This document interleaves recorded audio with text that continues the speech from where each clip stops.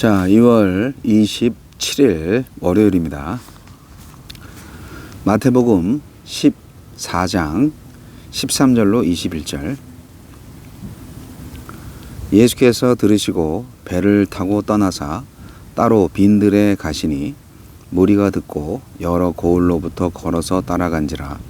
예수께서 나오사 큰 무리를 보시고 불쌍히 여기사 그 중에 있는 병자를 고쳐 주시니라. 저녁이 되매 제자들이 나와 이르되 이곳은 빈들이요 때도 이미 저물었으니 무리를 보내어 마을에 들어가 먹을 것을 사 먹게 하소서. 예수께서 이르시되 갈 것 없다. 너희가 먹을 것을 주라. 제자들이 이르되 여기 우리에게 있는 것은 떡 5개와 물고기 2마리 뿐이니이다.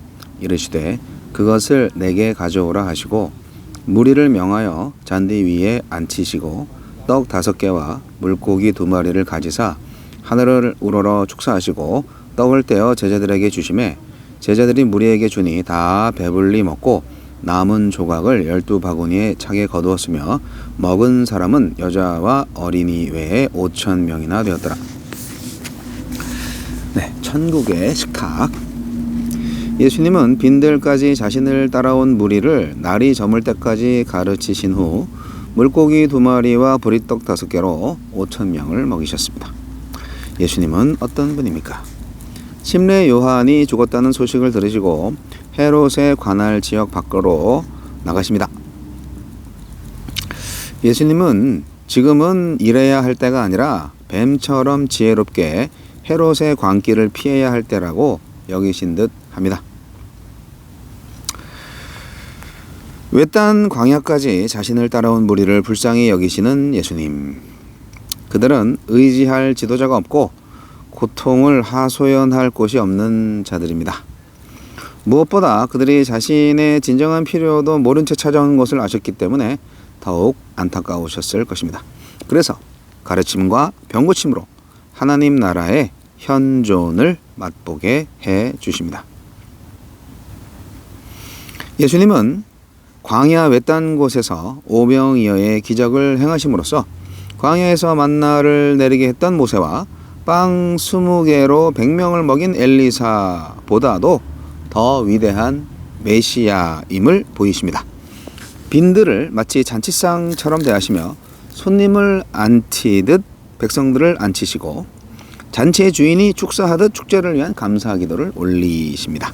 당장 배고픔을 해결하기 위한 격식 없는 식사가 아니라 천국잔치의 예행 연습인 공식적인 연회를 베풀고 계신 것입니다.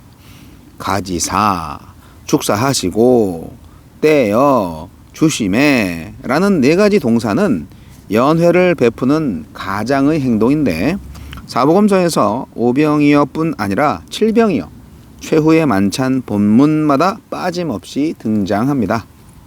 오병이어는 생명의 양식이신 예수님이 우리의 영적인 살과 피가 되어주심을 오감으로 체험하는 축제입니다. 우리는 주의 만찬을 통해서 이 천국의 식탁을 이어가면서 예수님이 십자가에서 떼어서 나눠주신 양식을 우리 마음과 삶에 담고 천국에서 누릴 진정한 배부름을 소망해야 합니다. 우리에게 주시는 교훈은 무엇입니까? 무리는 예수님에게서 떡을 공급받아 배불리 먹고도 12바구니를 남겼습니다. 기적의 중심엔 예수님이 계셨지만 그 시작은 누군가가 내놓은 오병이어였고 그 나눔은 제자들을 통해 시행되었습니다. 너희가 먹을 것을 주어라 하는 명령은 그 자체로는 이행할 수 없지만 채우실 예수님을 의지하여 시행한다면 나의 작은 나눔의 실천도 큰 기적의 시작이 될 수 있을 것입니다. 주여, 주께서 제 쓸 것을 아시고 먹여주시니 광야까지 주를 따라가는 일을 두려워 말게 하소서. 네, 이제 날씨가 따뜻해졌어요.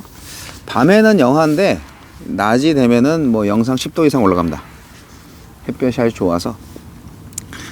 근데 역광으로 찍으려고 그러다가 또 그러면 너무 좀 얼굴이 어둡게 보일까봐. 근데 지금 태양이 너무 또 밝아가지고 적나라하게 꾀재재한 모습이 다 나오게 생겼어요 지금. 네, 뭐 다시 찍을 순 없고 시간이 없어갖고. 자, 오늘은 이제 오병이어의 기적, 마태복음에서 말하는 오병이어의 기적입니다. 여러분, 먹는 것 필요합니다. 이 생물은요, 먹어야 돼요. 사람은 먹어야 됩니다. 안 먹고 어떻게 살아요? 잔치집엔 먹는 게 있어야 돼요. 네, 먹을 게 부실하면 잔치가 아니죠. 우리나라 사람들은 워낙 굶주림에 능하셔서 인사들이 다 밥 먹었냐, 뭐 밥은 먹고 다니니, 뭐 식사하셨어요, 뭐 맨날 인사가 그거야. 밥과 관련된 얘기들이 너무너무 많죠. 예. 예수님은 양식을 챙길 겨를도 없이 광야까지 자신을 따라온 무리를 불쌍히 여기시고 그들을 먹이셨습니다. 사실 그 무리들은 결국 목자 없는 양들과 같죠. 예. 나라의 지도자가 없잖아요. 믿고 따를 사람이 없잖아요. 요즘 제가 눈물이 참 많아졌는데 참 안타깝고 슬픈 현실, 부조리한 현실, 이런 것 때문에 고통받는 사람들을 생각하면 자꾸 눈물이 납니다. 제가 그런 걸 바라보면 바라볼수록, 또 생각하면 생각할수록 분통이 터지고, 또 그런 잘못된 지배구조, 사회구조로 인하여서 고통받는 사람들을 보면 너무나 마음이 아픕니다. 네. 왜 우리 세상은 왜 이렇게 돼 있을까? 그 사회 곳곳을 다 보면은 잘못된 게 너무너무 많은 거예요. 하나님은 이런 세상을 왜 아직도 내버려 두셨나, 그런 생각이 너무 많이 듭니다. 유대 시대, 그러니까 예수님 살아계셨을 때, 예수님이 인간으로 계실 때 2000년 전에도 유대 나라가 똑같지 않았을까? 예. 기득권층과 권력층, 지배계층이 종교, 정치, 경제를 다 부여잡고 움켜잡고 백성들을 쥐어짜는, 서민들을 짓밟고 통치하고 그런 세상이 아니었을까 생각이 들어요. 오늘날도 마찬가지인데요. 그게 다 포장되어 있는 거죠. 다 좋은 걸로 포장되어 있는 거예요. 제일 마귀들이 잘하는 수법이 거짓말이고 그 가짜잖아요. 오늘날에 뭐 언론이나 뭐 여러 가지 뉴스들 너무너무 뭐 가짜가 많고요. 그리고 뭐 정치 쪽으로 보면은 야당이나 여당이나 할 거 없이 정말 하나님을 무서워하지 않는 죄인들이 정말 많습니다. 저는 전 하나님 편이에요. 어느 편도 아니고. 네. 하여간 그 백성들의 아픔을 예수님이 알았다는 거죠. 그래서 그 사람들이 얼마나 외롭고 힘든가 하는 거를 생각하시고 일단 먹이자, 그러셨지 않았을까 생각이 듭니다. 근데 제자들은 항상 바보 같죠. 예.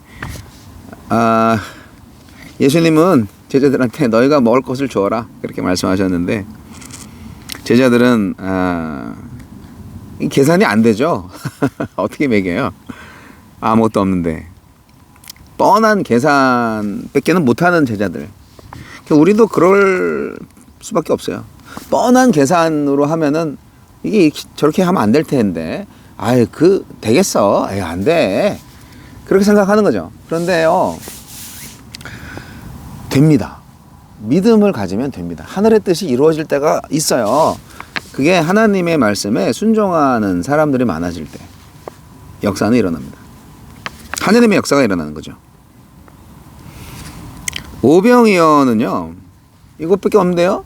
오병이어밖에 없어요. 예, 이거는요, 제자들의 믿음을 표현한 게 아니라요, 뭐 팩트 체크죠. 오병이어야 팩트야, 팩트. 지금 있는 게 이거밖에 없어. 이거는 필요한 것에 비해서 가진 것이 너무 적다는 그런 불신앙의 표현인 거예요. 예수님이 그걸 모르겠어요? 예수님이 제자들한테 너희들이 먹을 것을 주어라 말씀하신 게 그것밖에 없다는 거를 예수님이 모르는데 그냥 제자들한테 그렇게 말씀하셨겠어요? 제자들은 생각을 했어야죠. 지금이 믿음을 테스트 받는 시간이구나. 믿음을 발휘할 때구나. 그렇게 깨달았어야 되는데 머리가 나쁘죠, 제자들은. 우리가 가진 것만 보면요, 할 수 있는 게 아무것도 없습니다. 우리가 가진 게 뭐가 있어요. 그런데 하나님은 다 가지고 계시잖아요. 그러니까 하나님이 하시면 되는 거죠. 하나님은 우리 아버지잖아요. 그래서 믿음이 필요한 겁니다. 할 수 있다는 믿음은 결국 아버지 하나님이 하실 거라는 믿음인 거죠. 내가 하려고 했을 때 안 되는 거를 알면, 예, 그게 현실이고 그게 지혜입니까? 그게 팩트입니까? 팩트라서 좋겠네. 팩트 체크 잘해서 좋겠네. 믿음은 팩트 체크가 아닙니다. 우리는 하나님의 나라에 살아야 할 사람들입니다. 하나님의 나라가 완성되지 않았을 때 이 불신앙의 세계, 이 마귀들이 판치는 이 세상, 이 땅에서 우리가 하나님의 나라 백성으로 살아간다는 것은 정말 특별한 겁니다. 하나님의 통치를 받고 하나님의 뜻을 알고 하나님의 뜻대로 순종하는 사람들의 인생이 필요한 거예요. 이 험한 세상에서 말이죠. 그러니까 특별한 거예요. 그래서 하나님의 나라의 백성으로 사는 법을 터득하셔야 돼. 그것이 말씀 안에 있어요. 그 말씀을 공부를 많이 하셔야죠. 그래서 하나님 나라의 원리, 하나님 나라의 그 질서, 이런 것들을 생각을 해야 되는데, 제자들이 끝까지 예수님 부활하실 때까지 몰라요. 우리도 똑같습니다. 우리가 베드로, 요한, 야고보 이런 제자들보다 잘났습니까? 더 못났으면 못났지 잘나지는 않았죠. 예수님을 직접 만나지도 못했는데. 하지만 바울에게서 우리는 희망을 찾습니다. 바울은 예수님을 환상 중에서만 만났지 실제로는 만난 적 없잖아요. 우리도 믿음으로 하나님을 만날 수 있어요. 우리도 믿음으로 기도 가운데 정말 주님을 만날 수 있어요. 예. 저도 만났습니다. 말씀 읽으면서, 말씀 공부하면서 주님을 만났어요. 체험이 됐어요. 뭔가 모르게 믿어졌어요. 예. 그러면 그러한 믿음을 바탕으로 하나님의 백성으로 살아가는 이 땅의 역사를 만들어 가야 되지 않겠습니까? 기적의 목적이 뭡니까? 예, 오병이어 한 번 이렇게 배부르게 먹이는 게 대소라고. 그 다음 날은 또 먹이실 건가요? 아니지. 오병이어 기적 맨날 한 건 아니고. 근데 왜 하셨냐고? 그것은 바로 하나님의 나라는 이런 거다 라도 맛보게 해주시려고 한 거죠.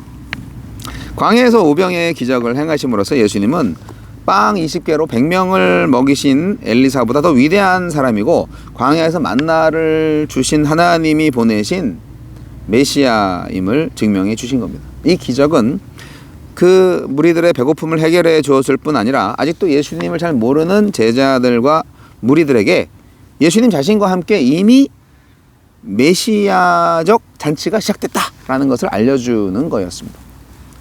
메시아가 왔다, 내가 메시아다라는 것을 알려주는 거죠. 떡을 들고 축사하는 모습을 상상해 보세요. 축사하시고 떼어서 나눠주시는 그 장면이 제자들한테 이렇게 주의 만찬, 예, 이 떡은 내 살이니, 예, 이 잔은 내 피니, 예, 그렇게 나눠주시는 것, 딱 그 모습 똑같아요. 그래서 이것을 우리는 상징적으로 믿음으로 받아들일 때 어떻게 받아들이느냐? 우리가 취하여 누릴 진정한 생명의 떡과 배부름은 바로 예수님의 십자가와 부활로 얻는 새 생명임을 보여주는 겁니다. 예수님의 이 오병이어의 기적에서 이렇게 취하신 행동들을 통해서 말입니다. 또 주의 만찬을 통해서 말입니다.